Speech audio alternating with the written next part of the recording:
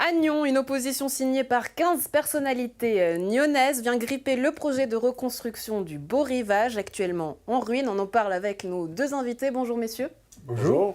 Alors, pour les présentations, Pierre-Alain Couvreux, vous êtes architecte et conseiller communal. Guillaume Métier, vous êtes quant à vous avocat. Vous avez tous deux signé cette opposition. Mais j'aimerais savoir, par rapport aux 15 personnalités nyonnaises, qui sont-elles?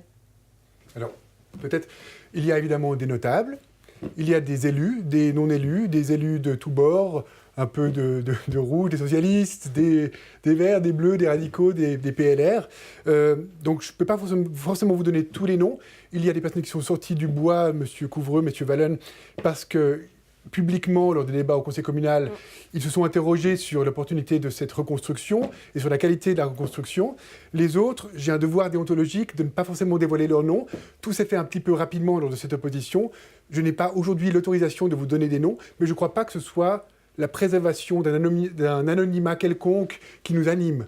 Pas du tout. Je ne crois pas d'ailleurs que ces personnes-là souhaitent conserver un anonymat. Elles ne le font pas de manière obscure ou fantomatique. Pas du tout.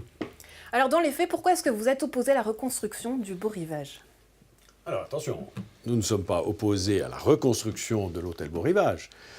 On s'est opposé à la reconstruction telle qu'elle est présentée, c'est-à-dire qu'elle déroge à un certain nombre de règles du règlement de Rives, alors que nous sommes dans un site qui est d'intérêt national au niveau de l'ISOS, et par conséquent, c'est cela qui nous a dérangés.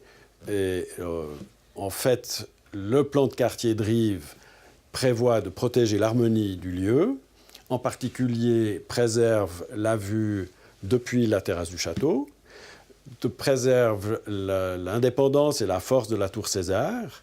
Or, force est de constater que, contrairement aux gabarits qu'il y avait précédemment, les gabarits sont plus importants, en dérogation vis-à-vis du plan de quartier qui est en vigueur, et ce faisant, ils sont plus hauts avec la corniche côté château que la corniche, enfin le chenot de la tour César. Donc en fait, le rapport est inversé.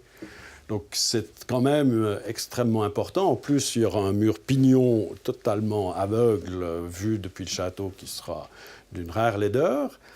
De surcroît, sur les plans, ils ne l'ont même pas dessiné, c'est-à-dire qu'il faut encore décortiquer les différentes élévations pour arriver à comprendre ce qui va se passer vraiment.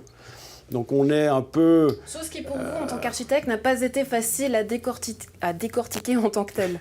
Non, ça n'a pas été facile, mais on a repris, j'étais d'ailleurs avec Pierre Wallen, on a regardé les choses de près avec les altitudes, les cotes qui sont données sur le plan de quartier pour vérifier tout cela. Donc effectivement, il y a un problème. Pourtant, si on résume la chose de la façon suivante, vous le faites d'ailleurs dans cette opposition, plus d'immeubles, plus de permis, mais j'ai envie de dire aussi du coup plus de reconstruction.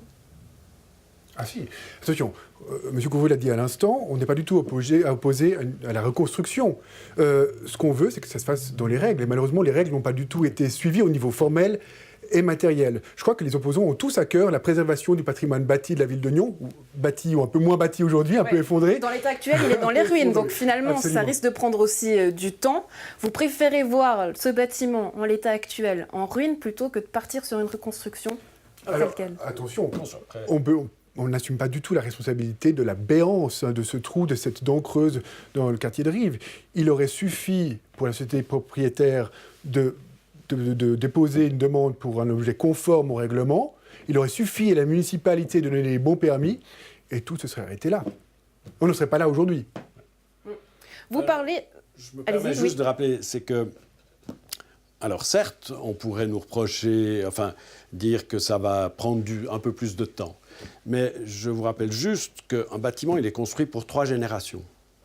Donc si vous tardez 3 mois de plus, même 1 an de plus, mais que vous avez pour 3 générations un bâtiment qui est conforme, qui respecte l'environnement, je pense que vous êtes tout à fait gagnant. À Lausanne, on n'était peut-être pas si content d'avoir le CHUV une fois qu'il est sorti de terre.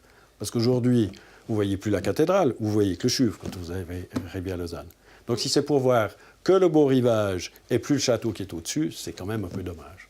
Une question un peu provocatrice, permettez-moi, c'est voulu. Vous êtes tous deux enfants de Nyon, vous avez donc grandi avec ce bâtiment. J'ai envie de dire, finalement, avec cette opposition, vous n'avez pas eu peur de perdre des amis quelque part? Non, je crois qu'il Les amis, il y a les amis. Personnellement, je n'ai rien contre à titre personnel vis-à-vis de Maurice Gué, par exemple, pour dire le citer. C'est deux choses qui n'ont rien à voir. Non, Maurice Gué, qui est le municipal. Oui, mais pour les propriétaires du bâtiment, là aussi Je ne connais pas. Donc il n'y a aucune fronde personnelle ni politique, aucune fronde personnelle ni contre les éventuels municipaux aux chefs de service de l'urbanisme, ni contre la société propriétaire, ni contre leurs avocats. On ne les connaît pas. On ne les connaît pas. C'est un projet non conforme qui suscite des interrogations et l'opposition en l'occurrence. Rien de plus. Du coup, maintenant que cette opposition est lancée, en termes de calendrier, comment ça va se passer concrètement ? Donc, la municipalité, au bout de 30 jours, la municipalité transmet les oppositions au canton. Le canton, à ce moment-là, fait passer là où les oppositions dans tous ses services pour finaliser les rapports des différents services qui feront après l'objet d'une synthèse CAMAC qui sera renvoyée à la commune. Et j'imagine qu'au moment où la CAMAC aura fait son rapport, la municipalité, en prenant connaissance, va à ce moment-là contacter les opposants pour une discussion, puisqu'elle aura d'un côté les éléments, les rapports du canton, et d'un autre côté les oppositions, pour voir qu'est-ce qui est cohérent, qu'est-ce qui ne l'est pas. Et ensuite, si je peux me permettre, la municipalité aura deux choix, soit de lever l'opposition, auquel cas, les opposants vont se poser la question de savoir si on va de l'avant et si on saisit le tribunal cantonal d'un éventuel recours. Soit ils ne lèvent pas l'opposition, et dans ce cas-là, ce sera la société propriétaire, peut-être, de faire un recours aussi pour faire admettre leur projet. Mais excusez-moi, on ne serait pas là si le projet avait été conforme aux réglementations en vigueur. Et malheureusement, rien n'est conforme. Ouais. Vous refusez aussi le terme fronde politique. Pourquoi, Guillaume Metier ? Parce que il s'agit de tout sauf d'une fronde politique. S'il y a une fronde, elle est juridique. Ce qui anime les opposants, je l'ai déjà dit, c'est le respect des règles. Les opposants ne sont pas tous des élus. Parmi les élus, il y en a de tous bords politiques.